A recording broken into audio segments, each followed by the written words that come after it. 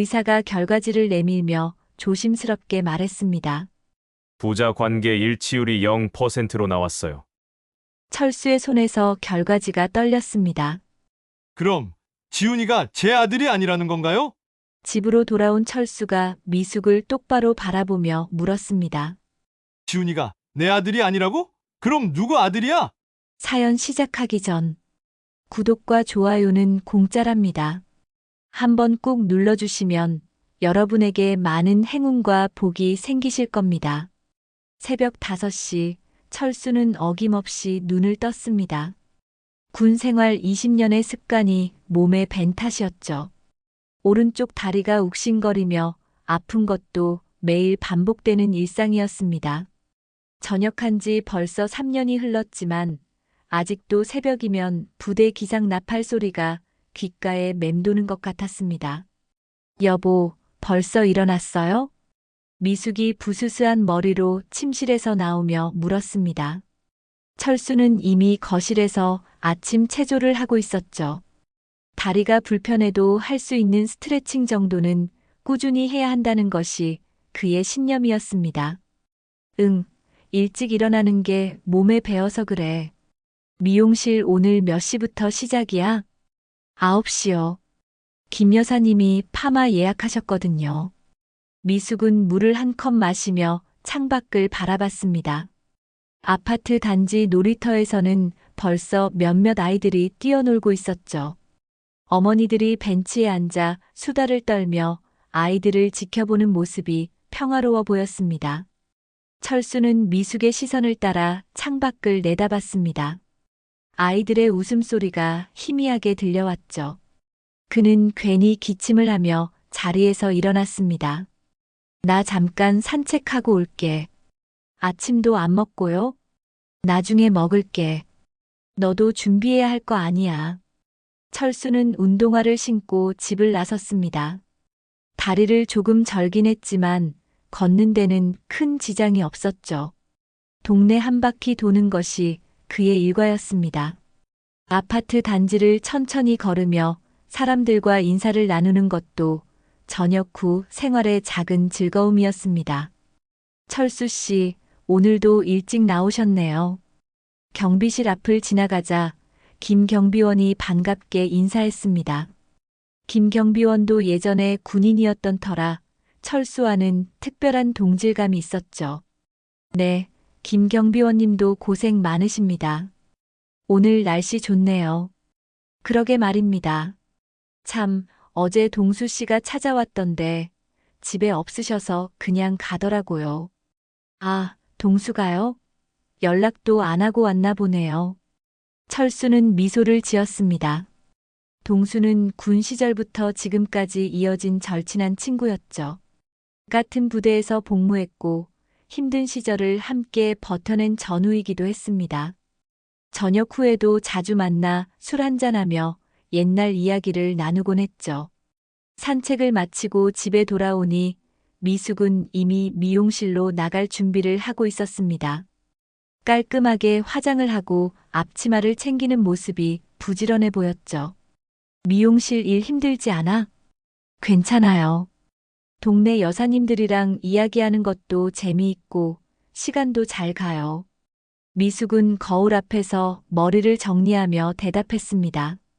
결혼한 지 5년이 지났지만 여전히 예쁜 아내였죠. 철수는 그런 미숙을 바라보며 마음이 따뜻해졌습니다.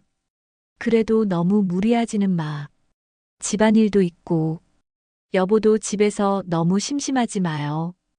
동수 씨랑 자주 만나서 이야기도 하고 그러세요. 미숙이 나간 후 철수는 혼자서 아침을 챙겨 먹었습니다. 간단한 토스트와 커피 한 잔이면 충분했죠. 텔레비전에서는 아침 뉴스가 나오고 있었습니다. 평범한 하루의 시작이었죠. 오후에 동수가 찾아왔습니다. 공사 현장에서 일하는 탓에 늘 먼지투성이 작업복을 입고 다녔죠. 하지만 철수에게는 반가운 친구였습니다. 야, 철수야. 어제 왔는데 없더라. 응, 미숙이랑 장 보러 갔었어. 들어와서 씻어. 동수는 욕실에서 간단히 세수를 하고 나왔습니다. 철수는 냉장고에서 맥주 2캔을 꺼내 탁자에 놓았죠. 요즘 공사는 어때? 힘들어 죽겠어. 그래도 돈은 나오니까 참고 있지. 너는 뭐 하고 지내냐? 별거 없어. 집에서 쉬고 산책하고 책 좀 읽고. 둘은 맥주를 마시며 담소를 나눴습니다. 군 시절 이야기부터 요즘 살아가는 이야기까지 대화가 이어졌죠. 동수는 특히 철수에게 고마움을 자주 표현했습니다. 진짜 군대에서 내가 없었으면 못 버텼을 거야. 신병 때 얼마나 힘들었는데. 뭔 소리야. 너도 나 많이 도와줬잖아. 아니야, 진짜로. 내 덕분에 무사히 전역했어. 동수의 눈빛에는 진심이 담겨 있었습니다. 철수도 그런 친구가 고마웠죠. 전역 후에도 이렇게 변함없이 지낼 수 있다는 것이 다행이었습니다. 저녁 무렵 미숙이 집에 돌아왔습니다. 동수는 인사를 나누고 집으로 돌아갔죠. 부부는 저녁을 함께 먹으며 하루 있었던 일들을 나눴습니다. 오늘 미용실에 새 손님이 오셨어요. 이사 온 지 얼마 안 된 분인데 아이가 둘이나 있더라고요. 미숙의 목소리에는 묘한 아쉬움이 섞여 있었습니다. 철수는 그것을 눈치챘지만 모른 척했죠. 아이 이야기가 나올 때마다 미묘한 기류가 흐르는 것을 알고 있었거든요. 그래, 동네에 젊은 가족들이 많아지는군. 네, 아이들 웃음소리 들으니까 좋더라고요. 미숙은 창밖 놀이터를 바라보며 말했습니다. 철수도 따라서 창밖을 봤죠. 저녁 무렵이라 놀이터는 한산했습니다. 그들의 하루는 이렇게 평범하게 흘러갔습니다. 겉보기에는 평온하고 행복해 보이는 부부의 일상이었죠.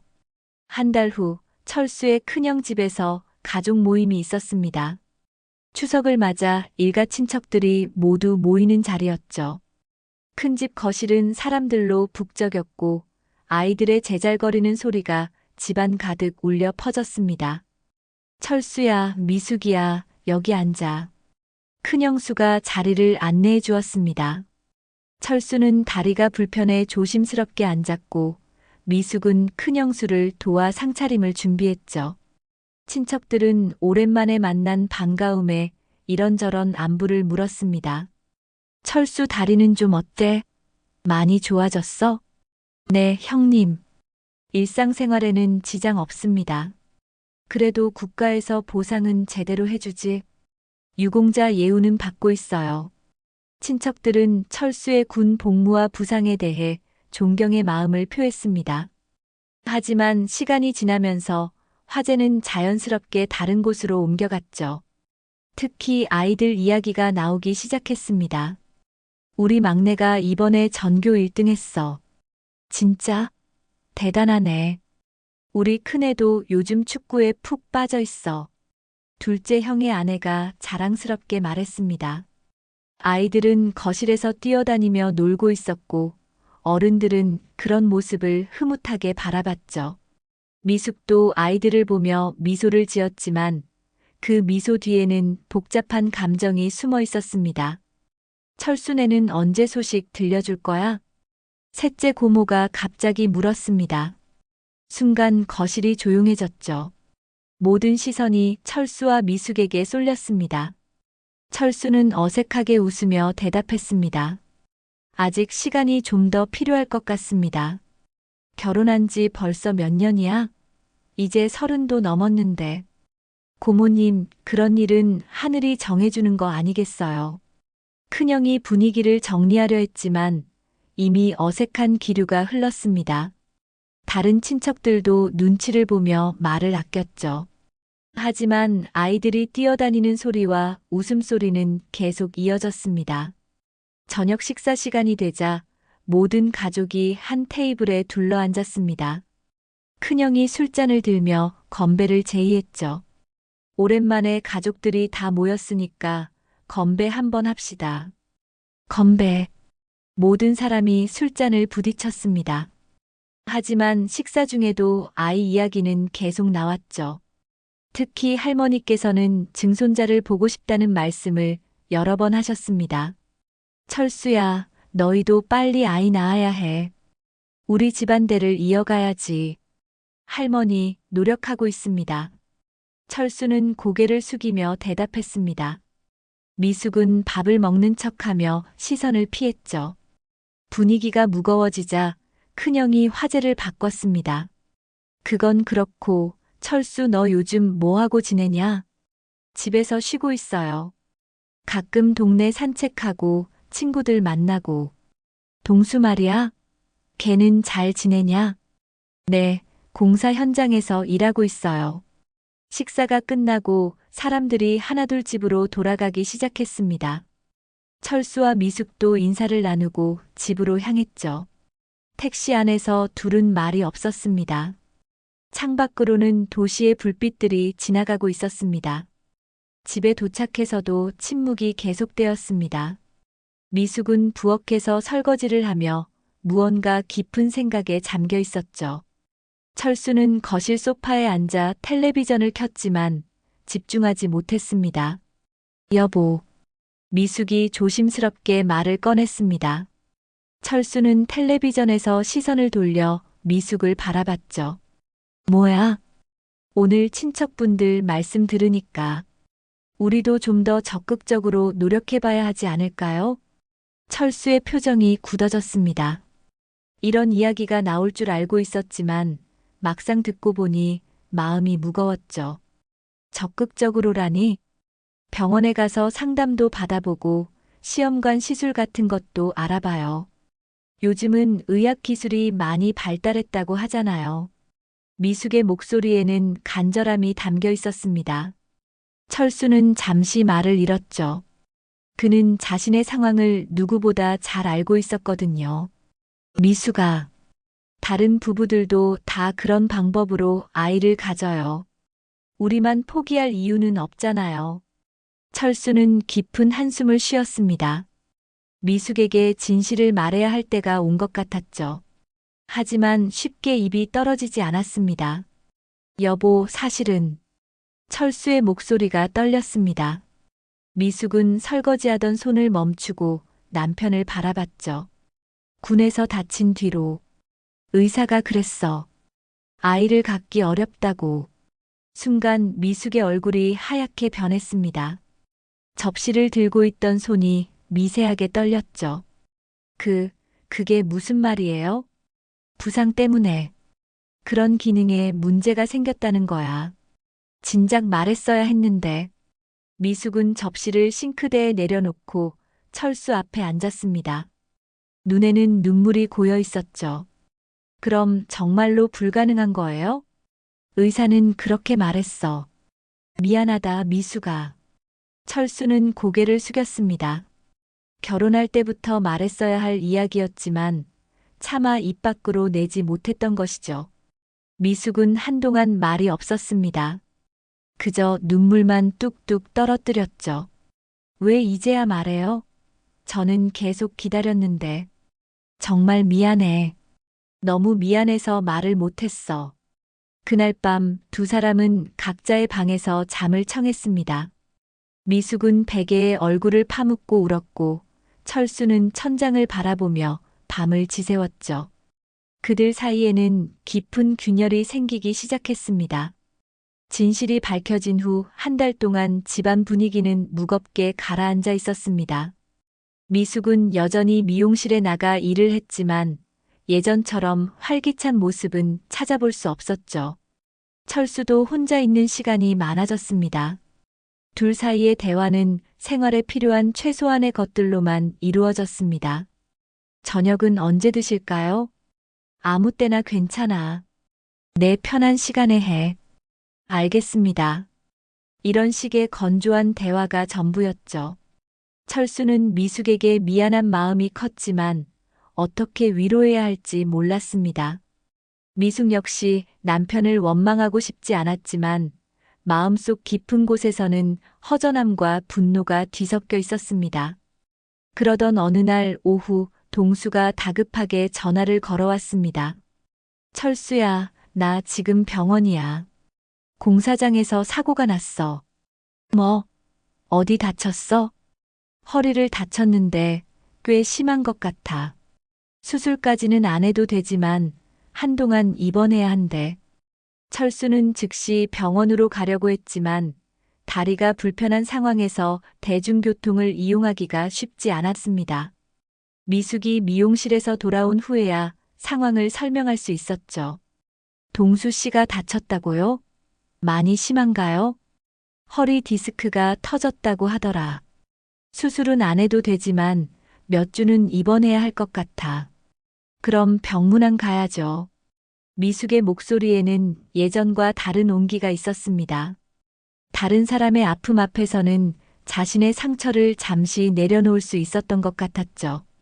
다음 날 철수와 미숙은 함께 병원을 찾았습니다. 동수는 병원 침대에 누워 깁스를 하고 있었죠. 평소 건장했던 모습과는 달리 많이 초라해 보였습니다. 철수야, 미숙이 누나까지 와주셨네. 고마워. 뭘 고맙긴. 친구 다쳤는데 당연히 와야지. 철수는 병문안 선물로 가져온 과일 바구니를 병실 탁자에 놓았습니다. 미숙은 동수의 상태를 자세히 물어보며 걱정을 표했죠. 아프시겠어요? 식사는 제대로 하고 계세요? 병원 음식이 좀 그렇긴 하지만 참고 있어요. 그럼 제가 집에서 죽 같은 거 끓여다 드릴게요. 미숙의 제안에 동수는 고개를 저었습니다. 아니에요, 누나. 그냥 마음만 받을게요.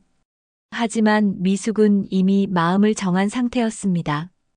집에서 무료하게 지내는 것보다는 동수를 돌보는 일이 마음의 위안이 될 것 같았거든요.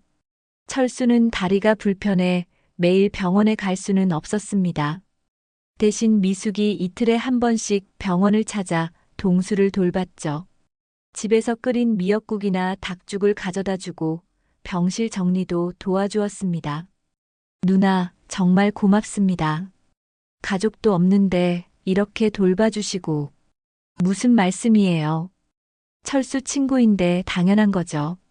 동수는 고향이 멀어서 부모님이 오시기 어려운 상황이었습니다.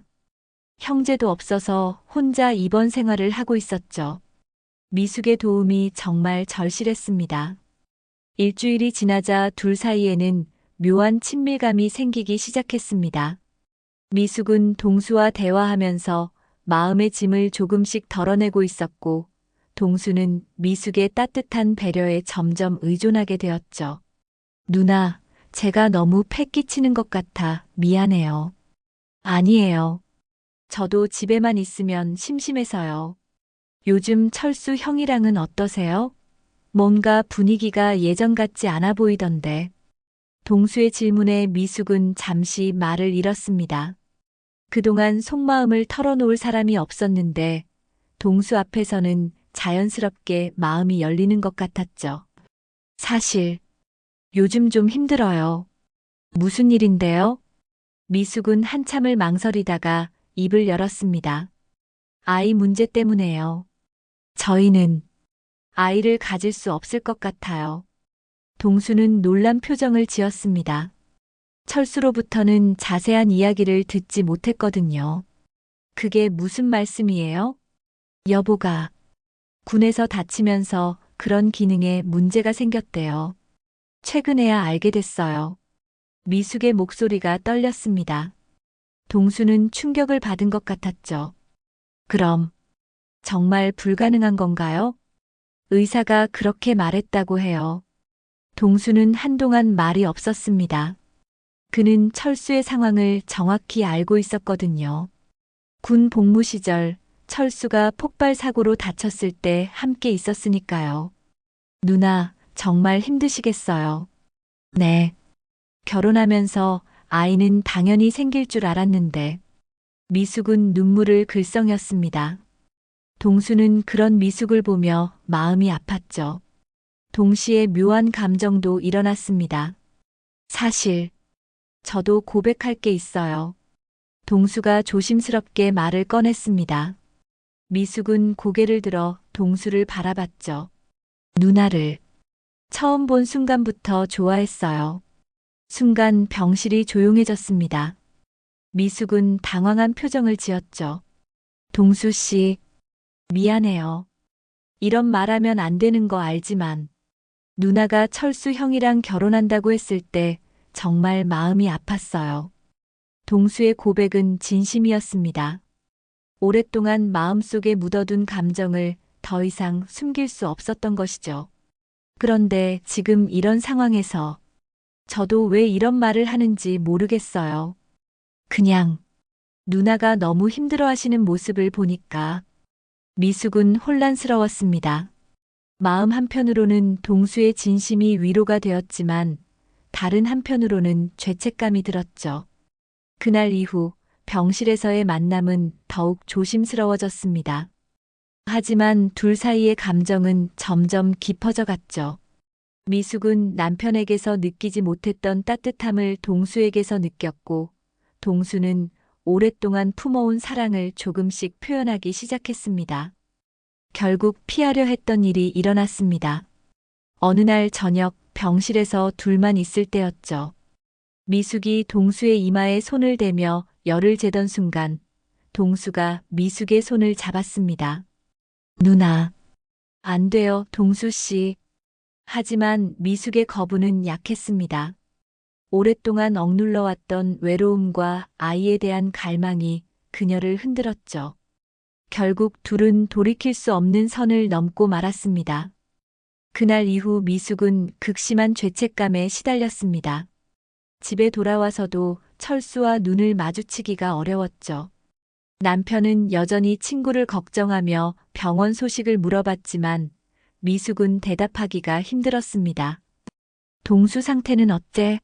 많이 좋아졌어? 네. 조금씩 회복되고 있어요. 다행이네. 내가 자주 못 가서 미안해. 내가 돌봐줘서 고마워. 철수의 고마운 표현이 오히려 미숙에게는 고통이었습니다. 하지만 어떻게 말할 수도 없었죠. 며칠 동안은 병원에 가지 않았습니다. 동수도 연락을 하지 않았죠.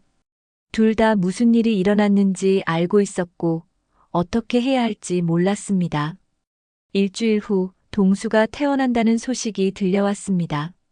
철수는 퇴원 당일 미숙과 함께 병원에 갔죠.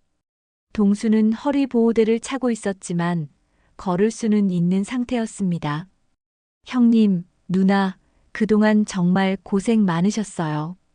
동수는 평소와 다름없이 인사했지만 미숙과는 눈을 마주치지 않았습니다. 미숙도 마찬가지였죠. 철수는 그런 분위기를 눈치채지 못했습니다. 뭘 고생이야. 친구인데 당연한 거지. 집에 가서 푹 쉬어.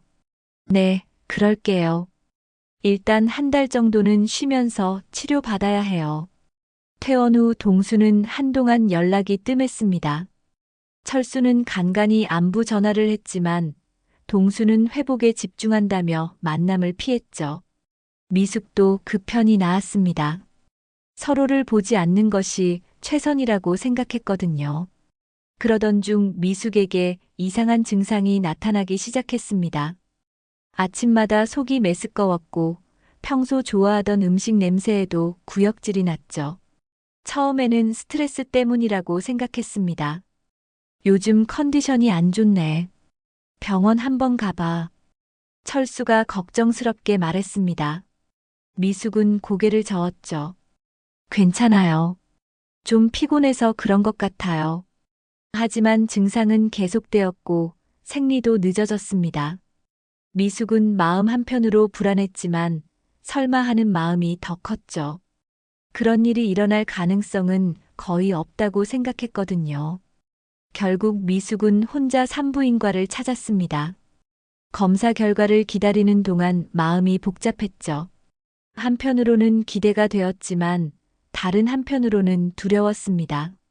축하드립니다. 임신 6주째입니다. 의사의 말에 미숙은 머리가 하얗게 변하는 느낌이었습니다. 정말로 임신이 된 것이었죠. 기쁨과 공포가 동시에 밀려왔습니다. 집으로 돌아오는 길에 미숙은 무거운 마음으로 걸었습니다.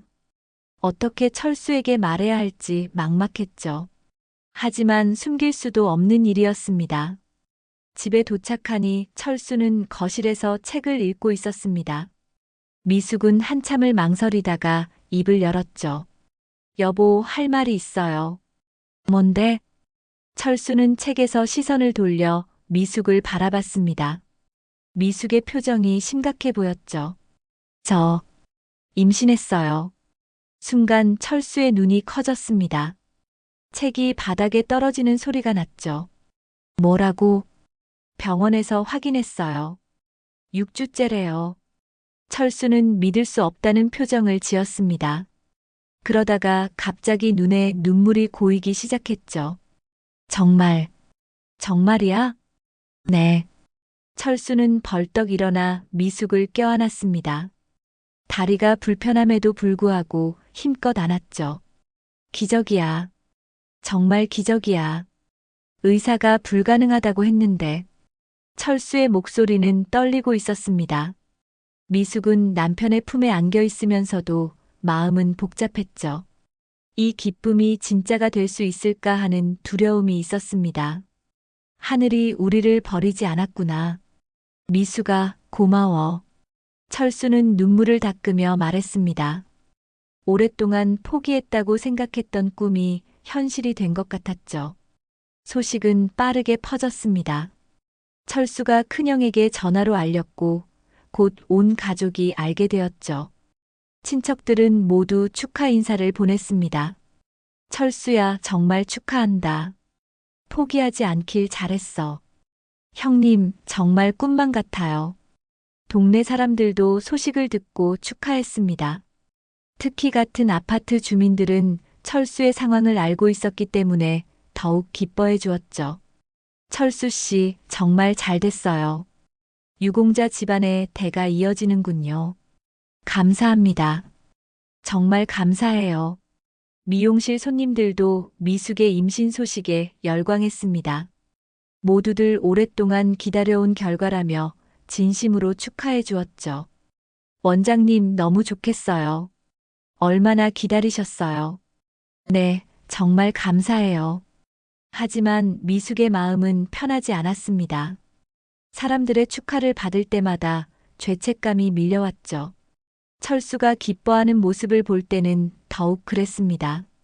저녁 무렵 동수가 축하 문자를 보내왔습니다. 형님, 누나 임신 소식 들었습니다. 정말 축하드려요.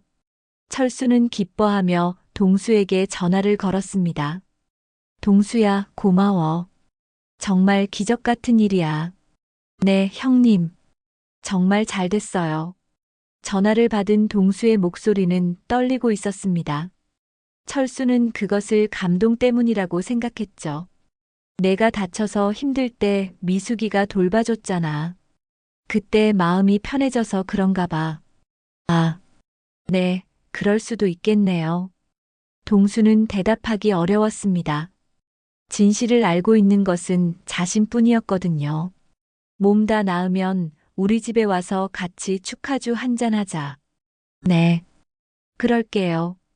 전화를 끊은 후 동수는 한동안 멍하니 앉아 있었습니다. 기쁨과 죄책감이 뒤섞인 복잡한 감정이었죠. 한편 철수는 아이용품을 미리 준비하기 시작했습니다. 아직 초기이지만 너무 기뻐서 가만히 있을 수 없었거든요. 미수가 아이 방은 어느 쪽으로 할까? 아직 성별도 모르는데 너무 서둘지 마세요. 그래도 미리 준비해 놓으면 좋잖아. 철수의 들뜬 모습을 보며 미숙은 마음이 더욱 무거워졌습니다. 남편의 기쁨이 클수록 진실이 밝혀졌을 때의 충격도 클 것 같았거든요. 하지만 지금은 아무 말도 할 수 없었습니다. 이 비밀을 혼자 짊어지고 갈 수밖에 없었죠. 아이가 태어난 지 10달이 흘렀습니다. 작은 지훈이는 건강하게 자라고 있었고 철수는 세상에서 가장 행복한 아버지였죠.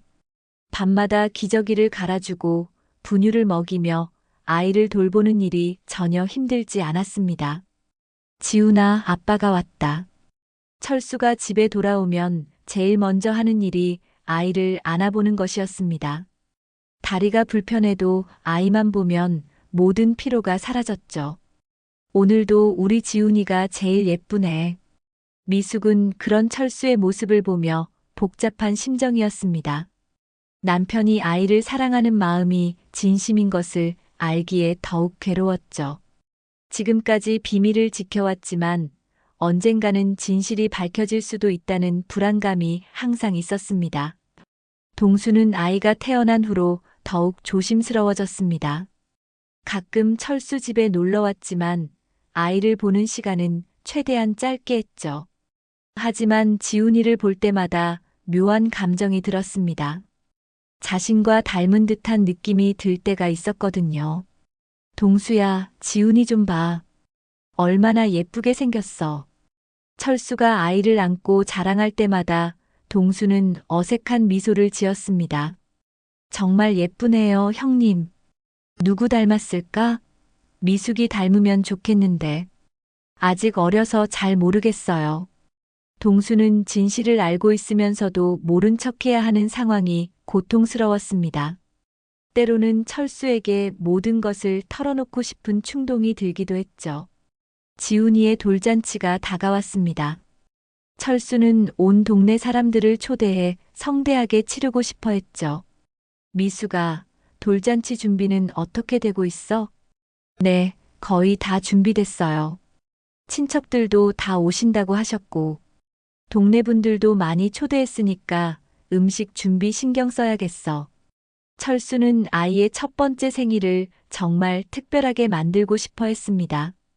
국가유공자의 아들이 건강하게 자라고 있다는 것을 모든 사람에게 보여주고 싶었거든요. 돌잔치 당일 집안은 손님들로 북적였습니다. 친척들과 동네 사람들이 모두 모여 지훈이의 생일을 축하해 주었죠. 아이는 한복을 입고 돌상 앞에 앉아 있었습니다. 지훈이가 뭘 잡나 보자. 모든 사람이 지켜보는 가운데 지훈이는 돌상 위의 물건들을 만져보기 시작했습니다. 연필을 만지자 사람들이 환호했죠. 공부 잘할 아이네. 역시 유공자 아들이야. 똑똑해 보여. 철수는 기뻐서 어쩔 줄 몰랐습니다. 미숙도 웃고 있었지만 마음 한편으로는 불안했죠. 잔치가 한창일 때 보훈처 담당자가 찾아왔습니다. 국가유공자 가족에 대한 정기 방문이었죠. 철수 씨, 아이가 정말 건강하게 잘 자랐네요. 네, 감사합니다. 혹시 유전자 질환 검사는 받아보셨나요? 요즘 보훈처에서 유공자 자녀들에게 무료로 지원해드리고 있거든요. 철수는 잠시 생각해 봤습니다. 아이가 건강하긴 했지만 검사를 받아보는 것도 나쁘지 않을 것 같았죠. 어떤 검사인가요? 유전자 검사를 통해 혹시 모를 질병 위험도를 확인하는 거예요. 조기에 발견하면 예방할 수 있는 것들이 많거든요. 미숙은 그 대화를 듣고 가슴이 철렁했습니다. 유전자 검사를 하면 혈연 관계도 확인될 수 있다는 것을 알고 있었거든요. 여보, 꼭 받아야 하는 건가요? 미숙이 조심스럽게 물었습니다. 철수는 이상하다는 듯 미숙을 바라봤지. 왜? 아이 건강을 위해서 좋은 거 아니야? 아니에요. 그냥 아이가 아직 어려서요. 검사는 간단해요. 침이나 머리카락으로도 할 수 있거든요. 담당자의 설명에 철수는 고개를 끄덕였습니다. 그럼 받아보죠. 언제 하면 되나요? 다음 주에 병원에 가시면 됩니다. 서류는 제가 준비해 드릴게요. 미숙은 더 이상 반대할 수 없었습니다. 너무 강하게 반대하면 오히려 의심을 살 수 있었거든요. 일주일 후 철수는 지훈이를 데리고 병원에 갔습니다. 미숙도 함께 가야 했지만 미용실 일이 있다고 핑계를 댔죠. 사실은 검사 현장을 지켜볼 용기가 없었던 것입니다. 검사는 간단했습니다. 지훈이의 침을 채취해서 검사 기관에 보내는 것이 전부였죠. 결과는 2주 후에 나온다고 했습니다. 그 2주가 미숙에게는 지옥 같은 시간이었습니다. 밤마다 잠을 이루지 못했고 낮에도 불안감에 시달렸죠. 철수는 그런 미숙의 모습을 걱정했습니다. 요즘 왜 이래? 몸이 안 좋아? 아니에요. 그냥 좀 피곤해서요. 병원 한번 가봐. 애 키우느라 힘들지? 철수의 배려가 오히려 미숙에게는 고통이었습니다. 드디어 검사 결과가 나왔습니다. 철수는 기대를 안고 병원에 갔죠. 의사는 결과지를 보며 심각한 표정을 지었습니다. 철수 씨, 잠깐 상담실로 오시겠어요? 네, 뭔가 문제가 있나요? 상담실에서 의사는 조심스럽게 말을 꺼냈습니다. 유전자 검사 결과가 좀 이상합니다. 이상하다니요?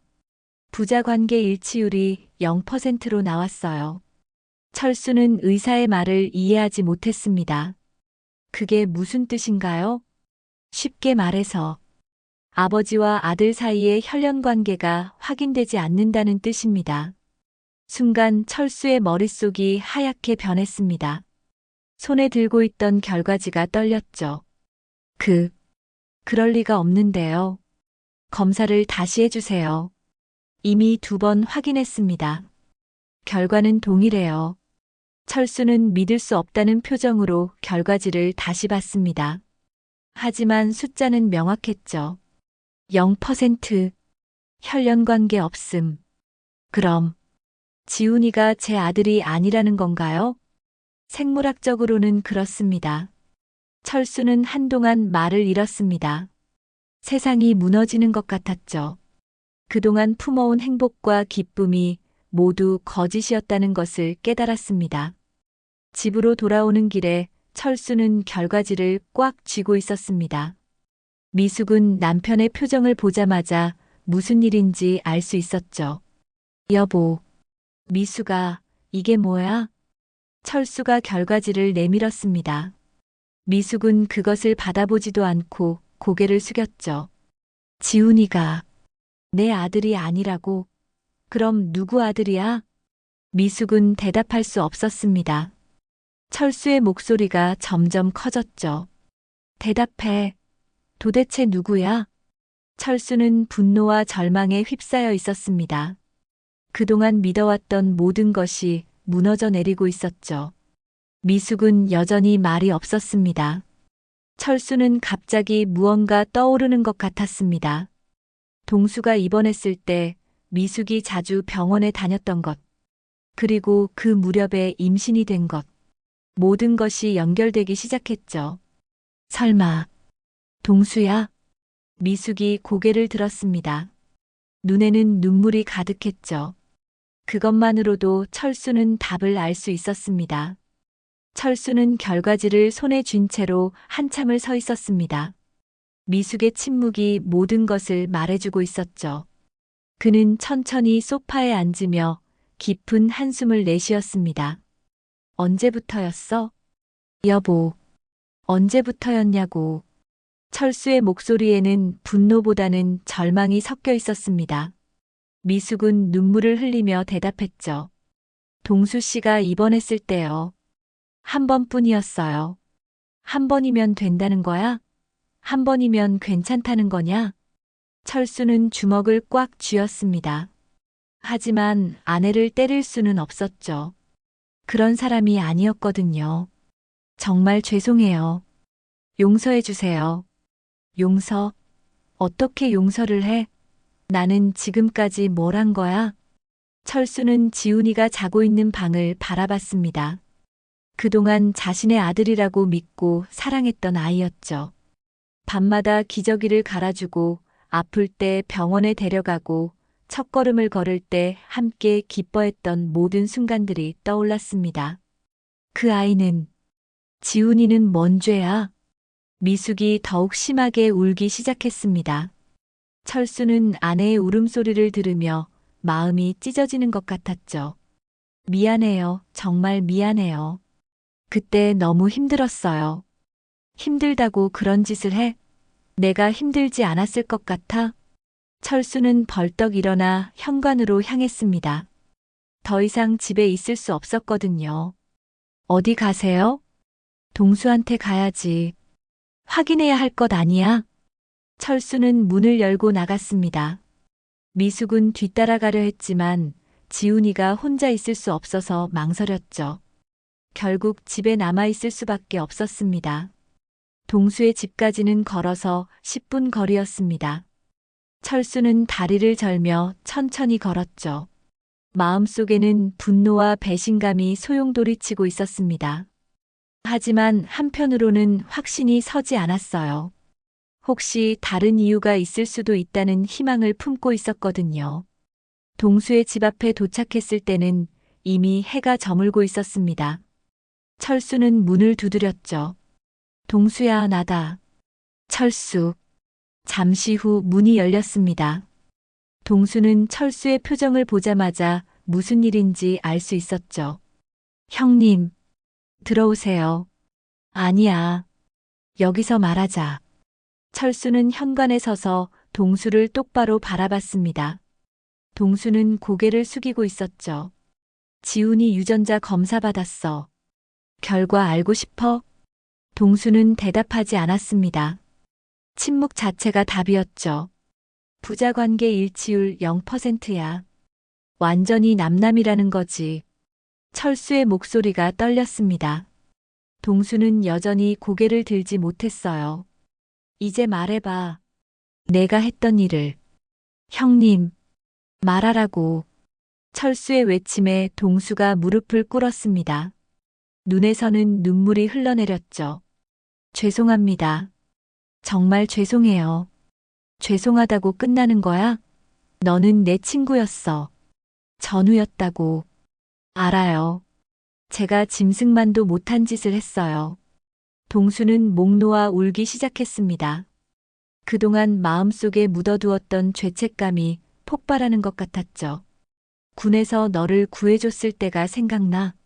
포탄이 떨어져서 내가 매몰됐을 때. 기억해요. 내가 다리 다쳐가면서 널 구해냈잖아. 그때 뭐라고 했어? 동수는 울음을 멈추고 철수를 바라봤습니다. 그때의 기억이 선명했거든요. 형님이 목숨의 은인이라고. 평생 잊지 않겠다고 했어요. 그래. 평생 잊지 않겠다고 했지. 그런데 이게 뭐야?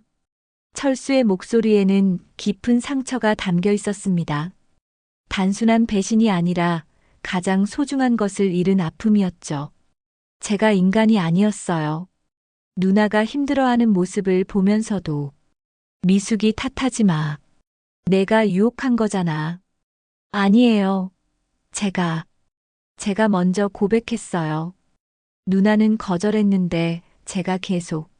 동수는 자신이 얼마나 비열했는지 고백했습니다. 철수는 그 말을 들으며 더욱 참담한 기분이 들었죠.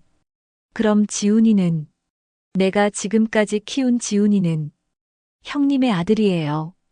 뭐? 철수는 동수의 말을 이해하지 못했습니다.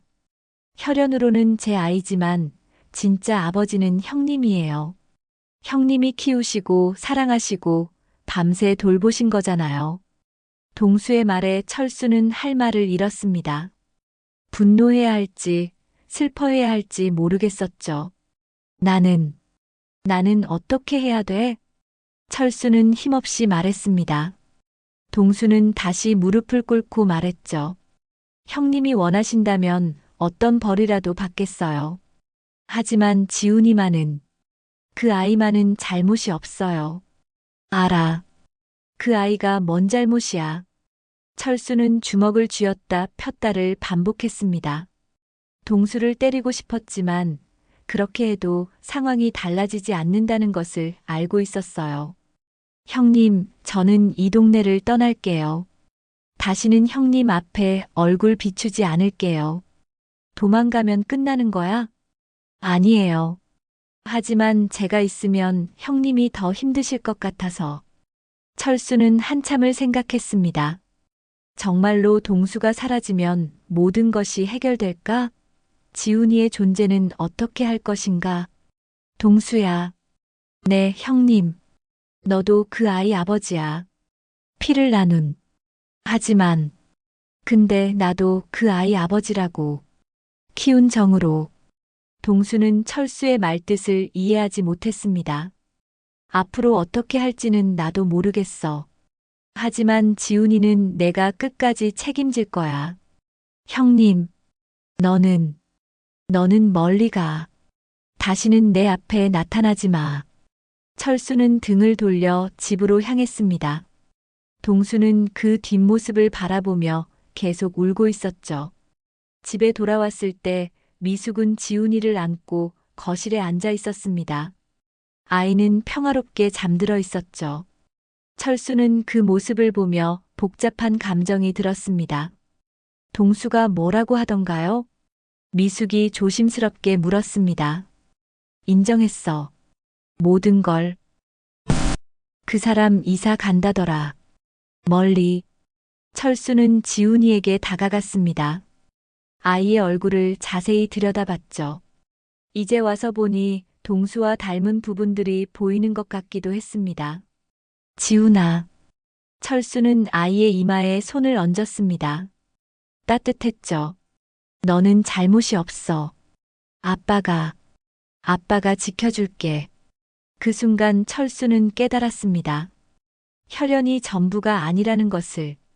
진짜 아버지는 아이를 사랑하고 돌보는 사람이라는 것을 말이죠. 동수와의 대면 이후 일주일이 흘렀습니다. 철수는 며칠 동안 말을 잃고 지냈죠. 지훈이를 돌보는 일상은 계속되었지만 예전 같은 기쁨은 찾을 수 없었습니다. 미숙도 눈치를 보며 조심스럽게 생활했어요. 여보, 식사하세요. 나중에 먹을게. 아침부터 아무것도 안 드셨잖아요.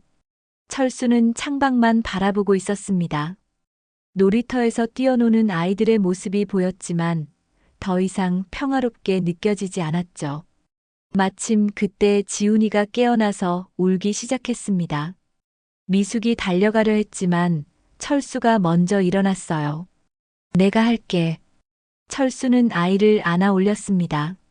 지훈이는 아빠를 보자 울음을 그치고 웃었죠. 그 순간 철수의 마음에 무언가가 스쳐 지나갔습니다. 이 아이에게 나는 아빠다. 혈연과 상관없이. 그날 오후 동네에서는 가을 축제가 열렸습니다. 매년 이맘때면 주민들이 모여서 작은 잔치를 벌이곤 했죠. 철수는 평소 같으면 지훈이를 데리고 나갔겠지만 올해는 주저하고 있었습니다. 여보, 나가지 않으실 거예요? 글쎄, 지훈이도 바깥 구경하고 싶어 할 텐데. 미숙의 말에 철수는 고민했습니다. 동네 사람들을 만나면 어떤 기분일지 확신이 서지 않았거든요. 결국 철수는 지훈이를 유모차에 태우고 축제장으로 나갔습니다. 미숙도 함께했죠. 동네 사람들은 반갑게 인사했습니다. 철수 씨, 지훈이 정말 많이 컸네요. 네, 이제 걸음마도 제법 해요. 부럽다, 부러워. 우리도 손주 하나 있었으면 좋겠는데. 사람들의 부러워하는 시선이 예전 같지 않게 느껴졌습니다. 철수는 복잡한 마음으로 대화에 참여했죠. 축제가 한창일 때 동네 이장이 마이크를 잡았습니다. 여러분, 잠깐만 주목해 주세요. 오늘 특별한 발표가 있습니다. 사람들이 주변에 모여들었습니다. 철수도 지훈이를 안고 그쪽으로 향했죠. 우리 동네 자랑거리인 철수 씨 가족에 대한 이야기입니다. 갑자기 철수의 이름이 호명되자 당황스러웠습니다. 사람들의 시선이 일제히 자신에게 쏠렸죠. 국가유공자이신 철수 씨가 건강한 아들을 키우고 계신다는 건 우리 모두가 아는 일이죠. 박수 소리가 터져 나왔습니다. 철수는 어색한 미소를 지었어요. 그런데 오늘 철수 씨께서 직접 말씀하고 싶은 게 있다고 하시네요. 이장의 말에 철수는 깜짝 놀랐습니다. 자신이 그런 말을 한 적이 없었거든요. 하지만 이미 마이크가 자신에게 향하고 있었죠. 철수 씨, 나오셔서 한 말씀 해주세요.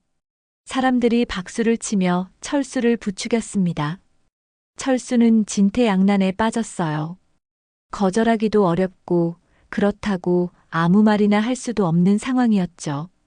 철수는 지훈이를 미숙에게 맡기고 천천히 앞으로 나갔습니다. 마이크를 받아든 손이 떨렸어요. 수백 명의 시선이 자신을 바라보고 있었죠. 안녕하세요. 철수의 목소리가 확성기를 통해 울려 퍼졌습니다. 평소에 저희 가족을 많이 아껴주셔서 감사합니다. 사람들이 고개를 끄덕였습니다. 철수는 잠시 망설이다가 입을 열었죠. 오늘 여러분께 말씀드리고 싶은 게 있습니다. 군중이 조용해졌습니다. 모두가 철수의 다음 말을 기다리고 있었어요. 지훈이는 제 친아들이 아닙니다. 순간 축제장이 술렁였습니다. 사람들이 서로 눈을 마주치며 놀라는 표정을 지었죠. 미숙은 얼굴이 하얗게 변했어요. 무슨 말씀이세요? 누군가가 소리쳤습니다. 철수는 깊은 숨을 쉬고 계속 말했죠. 최근에 유전자 검사를 받았는데 혈연 관계가 없다는 결과가 나왔습니다. 더 큰 술렁임이 일어났습니다. 어떤 사람들은 믿을 수 없다는 표정을 지었고 어떤 사람들은 수군거리기 시작했어요. 그럼 누구? 그건 중요하지 않습니다. 철수가 단호하게 말했습니다. 중요한 건 지금부터 제가 할 말입니다. 철수는 지훈이가 있는 곳을 바라봤습니다. 아이는 엄마 품에서 평화롭게 웃고 있었죠. 지훈이를 처음 안았을 때의 기분을 잊을 수 없습니다. 첫 걸음마를 걸을 때, 처음 아빠라고 불렀을 때의 그 순간들 말이에요. 철수의 목소리가 떨렸습니다. 진심이 담겨 있었거든요. 혈연이 없다고 해서 그 모든 순간들이 거짓이 되는 건 아니라고 생각합니다. 사람들이 점점 조용해졌습니다. 철수의 진정성이 전해지고 있었어요. 저는 지훈이의 아버지입니다. 앞으로도 계속 그럴 겁니다. 박수 소리가 여기저기서 터져나오기 시작했습니다. 처음에는 몇 명이었지만 점점 더 많은 사람들이 박수를 쳤죠. 혈연보다 더 중요한 게 사랑이라고 믿습니다.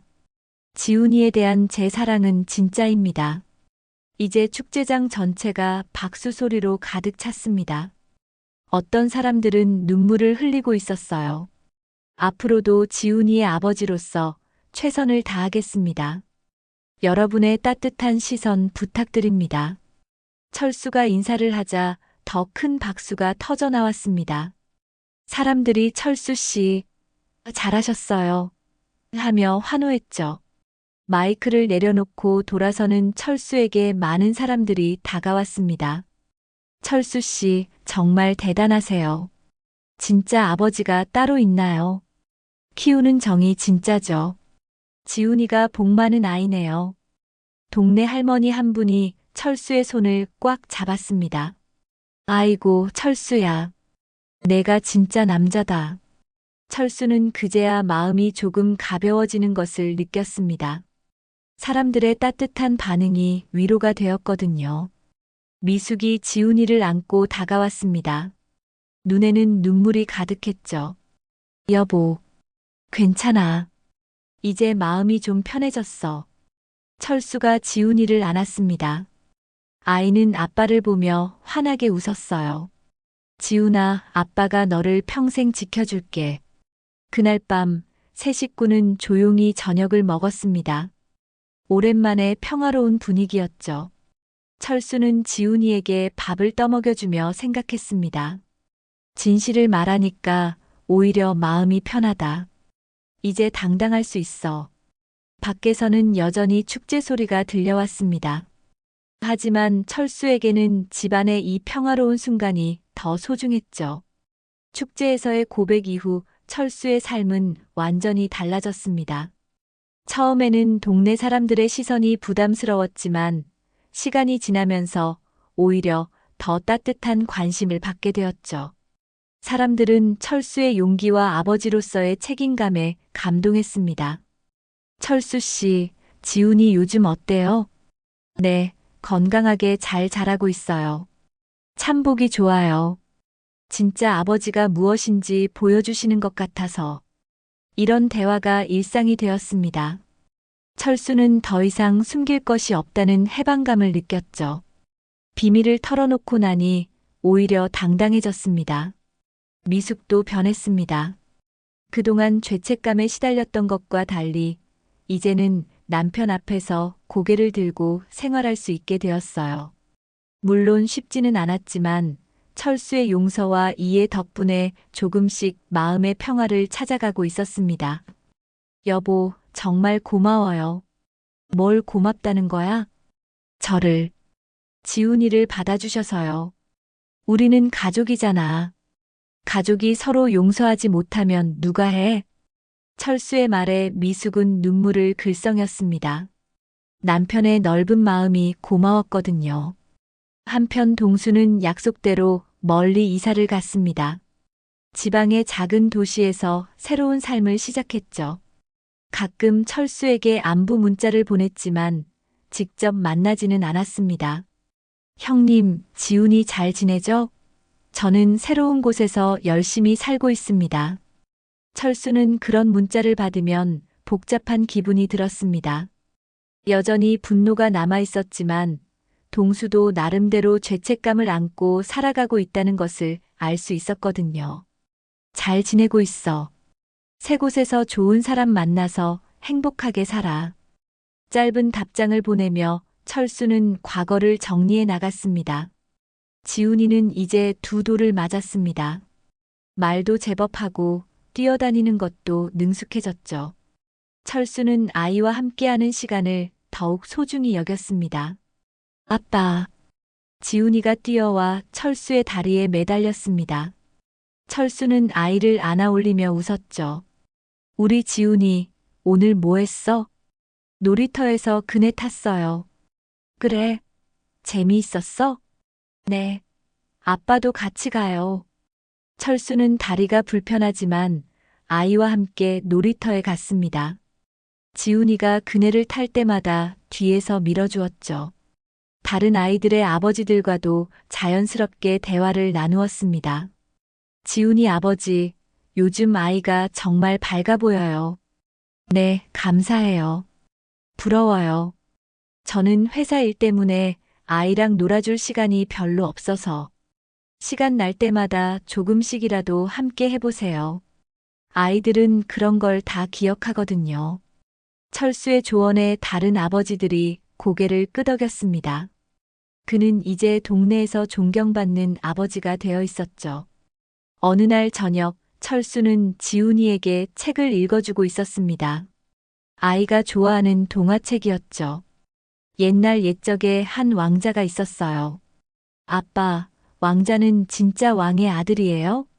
지훈이의 갑작스러운 질문에 철수는 당황했습니다. 하지만 곧 미소를 지었죠. 왕자는 왕이 사랑하는 아들이야. 그게 제일 중요한 거란다. 그럼 지훈이도 아빠의 왕자예요? 당연하지. 우리 지훈이는 아빠의 소중한 왕자님이야. 아이는 만족한 듯 웃으며 아빠의 품에 안겼습니다. 철수는 그런 아이를 바라보며 생각했죠.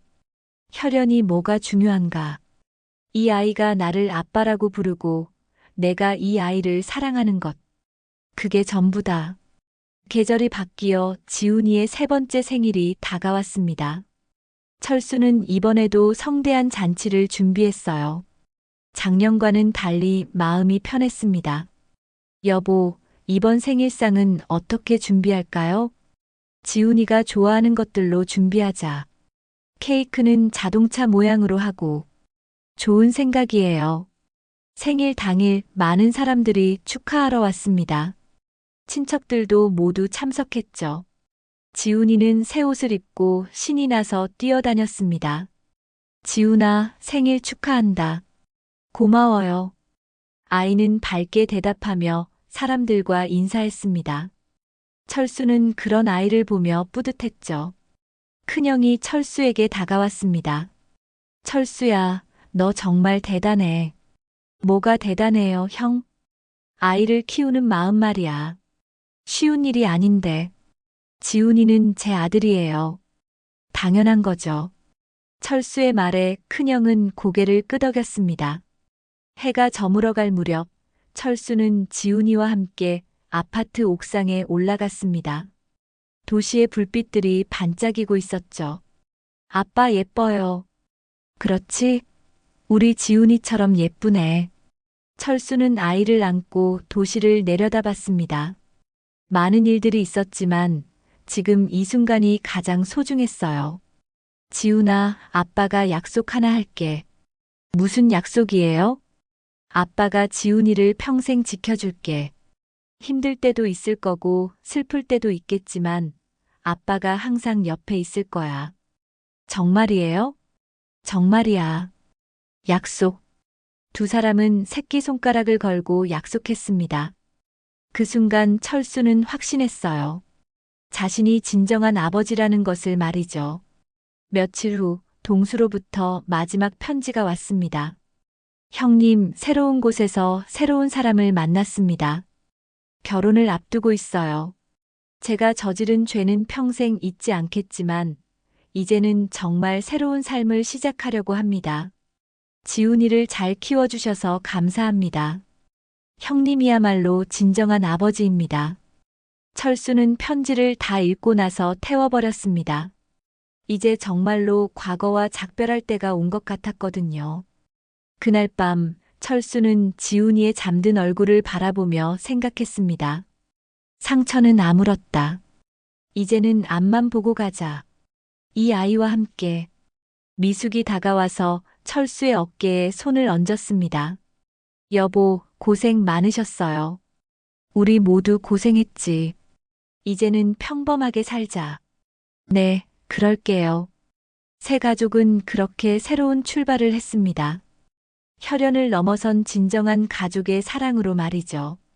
철수는 군인으로서 그리고 아버지로서 자신의 길을 당당히 걸어갔습니다. 상처는 있었지만 그 상처마저도 사랑으로 감쌀 수 있다는 것을 배웠거든요. 지훈이가 아빠라고 부를 때마다 철수는 세상에서 가장 행복한 사람이 되었습니다. 그것이 바로 진정한 아버지의 마음이었으니까요. 오늘 이야기는 여기까지는입니다. 저희 시니어 사연 놀이터 채널은 앞으로 더욱 뜻 깊은 사연을 전달드릴 수 있도록 노력하겠습니다. 앞으로도 계속 좋아요와 댓글로 격려 부탁드리겠습니다.